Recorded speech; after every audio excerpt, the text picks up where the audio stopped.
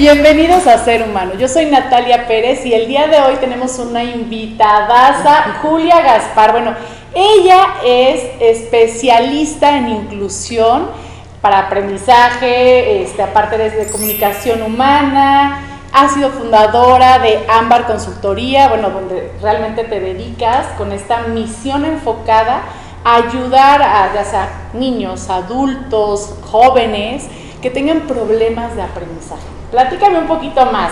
Ay, muchas gracias, Natalia, por invitarme con este tema que me apasiona tanto, que es pues justamente este tema de poder atender a todos los alumnos independientemente de las características que tengan. Entonces, eso es la educación inclusiva, es un derecho que todos los alumnos, independientemente de las condiciones físicas, culturales, étnicas, sociales, tienen derecho a tener una educación y sobre todo una educación de calidad.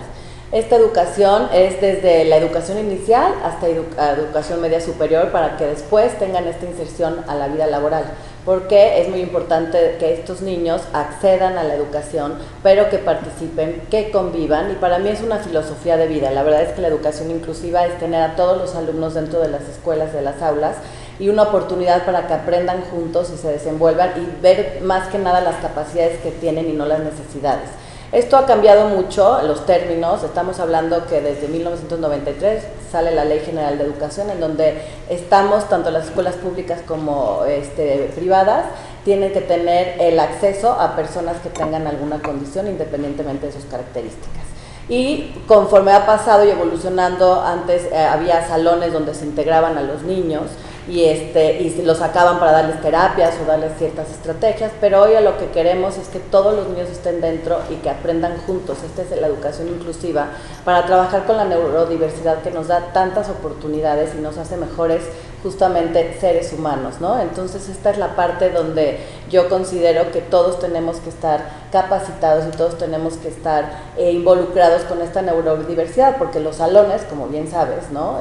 Yo soy madre de dos, Natalia tiene tres niños, y bueno, pues todos son diferentes y tienen oportunidades y características y necesidades, pero realmente en un aula tenemos esta diversidad, donde todos tienen diferentes ritmos de aprendizaje, diferentes estilos, ¿no? Diferentes, todos tenemos desarrolladas todas las inteligencias múltiples. Sin embargo, hay algunos que desarrollan más que otras. Entonces tenemos que estar muy pendientes de lo que sí pueden hacer y no lo que no pueden hacer, porque antes era enfocarnos en la necesidad educativa del niño, y ahora vemos cuáles son estas barreras que están impidiendo para que los niños no accedan al aprendizaje. Entonces yo creo que la educación inclusiva, como lo digo y siempre lo voy a decir, es un aprendizaje y donde nos hace mejores personas y aprendemos muchísimo. Y además, algo que estás comentando es muy importante, empezar desde la sociedad, porque eso es lo que nos hace ser mejores seres humanos. Finalmente, si yo estoy viendo que mi compañero, por ejemplo, en la escuela o en el trabajo, le está costando más trabajo y yo tengo la posibilidad de ayudarle y explicarle y crear este aprendizaje social, pues esto también nos ayuda para no solamente comportarnos mejor como personas, sino también para entender las necesidades de otros, porque muchas veces a lo mejor la necesidad del otro no es la mía, pero yo también voy a tener otras cosas con las que voy a compensar también, y entonces esto hace como una construcción bastante interesante al momento de aprender, ¿no? Porque a veces los niños también uno le enseña al otro, y eso también hace que el mismo niño que ya sabe, entre comillas, pueda fortalecer ese aprendizaje que ya tiene. Eso es importantísimo lo que estás diciendo. O sea, todos en algún momento dado en nuestra vida vamos a tener y vamos a presentar una necesidad, independientemente de que estemos o no involucrados con alguna discapacidad. Por ejemplo, si tú te rompes una pierna, pues tienes una necesidad de poder subir, ¿no? Y poderte ir a un segundo piso. Entonces yo creo que eso es la riqueza de la educación inclusiva, donde los niños se den cuenta que las diferencias existen, pero es la parte que nos hace mucho más humanos y nos dan más oportunidad para tener un mejor desarrollo. Ahora bien, ¿qué buscamos en la educación inclusiva? Darle el trabajo y la capacitación y sensibilización a los maestros, para que los maestros tengan las herramientas y sean los responsables del alumno, que los maestros tengan diferentes tipos de estrategias. Los maestros, por ejemplo, en una educación inclusiva tendrán que utilizar estrategias de enseñanza diferenciada, tendrán que usar los accesos, cómo acceden los niños. O sea, los niños no acceden de la misma manera, tenemos que buscar las formas de cómo acceden, si uno es más visual, si uno es más auditivo, si uno es más kinestésico, si necesita el movimiento, pues tienen que buscar estas estrategias para que todos accedan.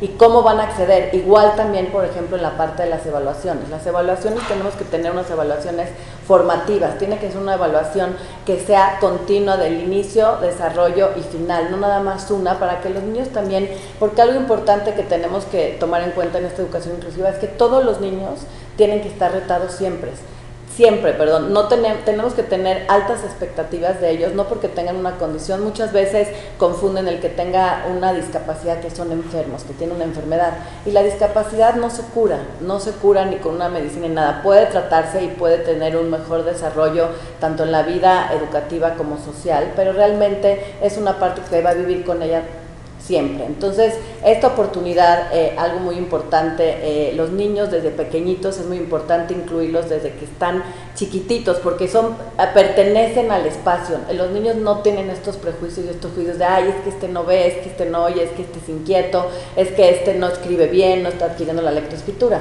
Mira, hablando un poquito de la educación en otros países, por ejemplo, que han tenido una educación, Finlandia, otros países que tienen una educación de calidad, yo creo que la parte importante es el tiempo que le dan a los niños para adquirir cada cosa. Los niños en Finlandia adquieren la lectoescritura a los 7, a los 8 años. Y aquí ya estamos desde preescolar queriendo tener la lectoescritura, cuando los niños no están listos para ese proceso. Entonces eso es muy importante. Y además ahorita eso que comentas es bien importante, porque muchas veces los profesores de pronto, mal hecho, quieren diagnosticar a los niños. Entonces, a veces el niño todavía no está en esa, digamos, evolución cognitiva, porque pues puede estar la edad cronológica y la evolución cognitiva que tiene el niño en cuanto a aprendizaje, y resulta que el niño, pues bueno, todavía no se le da la lectoescritura, no tiene esta motricidad, y al final, de pronto el profesor dice, no, es que el niño tiene dislexia, ¿no? Y todavía error.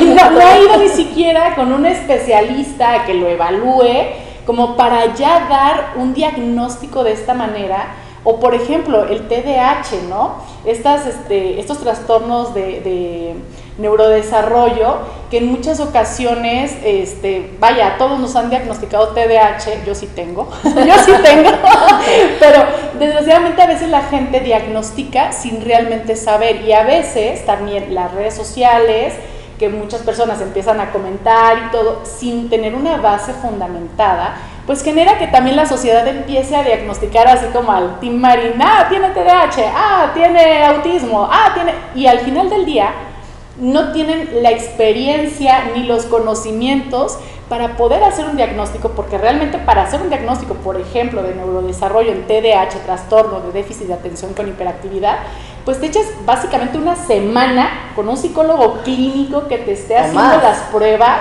y luego la siguiente semana tienes que hacer pruebas con el neuropediatra, y al final imagínate todo ese proceso, que además es un dineral, y de pronto llega alguien que ni siquiera estudió psicología, ni siquiera estudió psicopedagogía, o ni siquiera estudió neuropediatría, y de pronto dice, tiene TDAH. Sí, esa parte de las etiquetas, ¿no? Es creo que importantísimo quitarlas, porque lo que tenemos que hacer es que aquí la persona especialista y con el perfil es el que tiene que diagnosticar. Nunca ni un maestro, ni un papá, ni un alumno, ni un compañero, es que mi hijo mira, fíjate papá que tengo un alumno, un compañerito que es medio autista. No, esa parte cuántas veces la he oído, pero no nada más de nuestros propios niños, sino de maestros, ¿no? Ellos pueden identificar ciertos indicadores para que entonces trabajen ya con el equipo psicopedagógico, realmente si es que necesita una valoración para hacer un diagnóstico, porque de ahí empieza todo a esta parte de la exclusión, que no es lo que no queremos, esa exclusión de decir, es que este niño no puede porque se duerme, o es muy activo, o pregunta mucho, es muy demandante, y a lo mejor lo que tenemos ahí es que los niños no están accediendo al aprendizaje por no trabajar con estas estrategias, y muchas veces también pasa que se aburren en el salón, porque también en este tema de educación inclusiva encontramos a las personas que tienen habilidades sobresalientes. Y estos niños también tienen una necesidad en donde la parte social, la parte intelectual, y muchas veces toda esta parte que hoy en día está tan metido, bueno, toda la vida la salud mental, ¿no? Entonces también eso está intercediendo en el aprendizaje. Entonces lo que tenemos que ver aquí es que tenemos que formar a nuestros docentes para que tengan esas estrategias, a toda la comunidad educativa, padres de familia, alumnos, directores. Tenemos que abrazar la diversidad, y si abrazamos la diversidad va a ser un mejor desarrollo para que nuestros niños estén bien en la escuela y que tengan un aprendizaje. Y finalmente la diversidad también nos amplía la perspectiva, nos amplía la conciencia, y además podemos aprender otras cosas que quizá, por ejemplo, lenguaje de señas, otras cosas que nos van a dar otras habilidades, y finalmente podemos enriquecer nuestro conocimiento, nuestra experiencia a través de ¿qué? De la diversidad y de la inclusión. Totalmente, yo creo que es un tema que tenemos que acoger, nos tenemos que informar, nos tenemos que capacitar, pero yo lo que les diría es que es una oportunidad que nos da la vida convivir con gente diversa, gente diferente, y que tiene muchísimo que dar y que aportar para la sociedad. Entonces yo creo que es un tema que tenemos que tenerlo presente en todos lados, en donde cuando sales al súper, cuando sales a algún evento, cuando sales, saber qué hacer, ¿no? Todas estas barreras de accesibilidad arquitectónicas, actitudinales, organizacionales, creo que es muy importante que lo difundamos, y sobre todo ha habido muchos avances, sí, en nuestro país, pero faltan muchas cosas todavía por hacer. O sea, un porcentaje altísimo de nuestra población tiene alguna discapacidad. Entonces, ¿qué tenemos que hacer? Incluirlos, acogerlos, y que tengamos un lugar para ellos, como todos los que estemos aquí. Siempre tenemos que estar en el aula hablando de educación con todos estos niños que tanto aprendemos de ellos. Y sobre todo, ¿sabes qué? Algo que tocaste bien importante, la accesibilidad. Desgraciadamente, como has dicho, bueno, hemos avanzado mucho en nuestro país, pero hay cosas que nos han dejado muy atrás. Y nos podemos dar cuenta, por ejemplo, desde las banquetas, ¿no? Tiene la rampa de subida y bajada para una silla de ruedas, pero resulta que la banqueta es de este tamaño. Entonces, ¿cómo va a subir y bajar una persona en silla de ruedas? O de pronto está la banqueta y te encuentras un poste en medio de la banqueta. ¿Cómo le va a hacer una persona que va en silla de ruedas?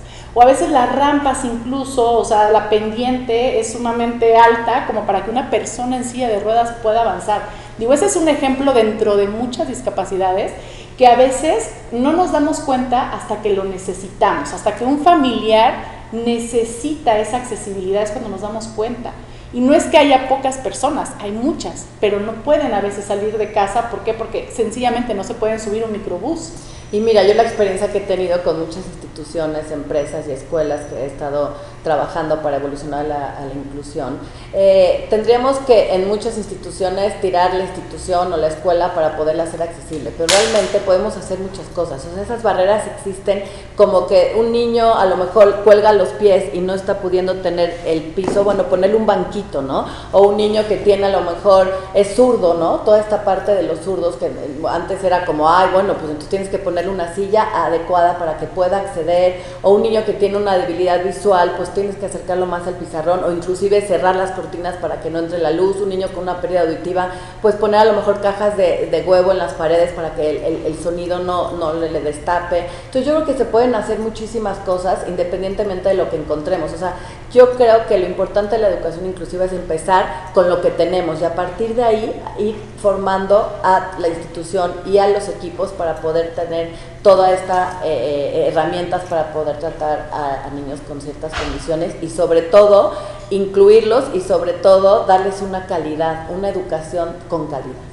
Exactamente, pues muchísimas gracias. No, Julia gracias Gaspar. a ti, muchas gracias, yo feliz de estar aquí. De hecho, te vamos a hacer una siguiente invitación, porque sí nos gustaría ahondar un poquito más en este tema, porque yo creo que hace falta información, y sobre todo información de un especialista que te dedicas desde hace 24 años o más, ¿verdad?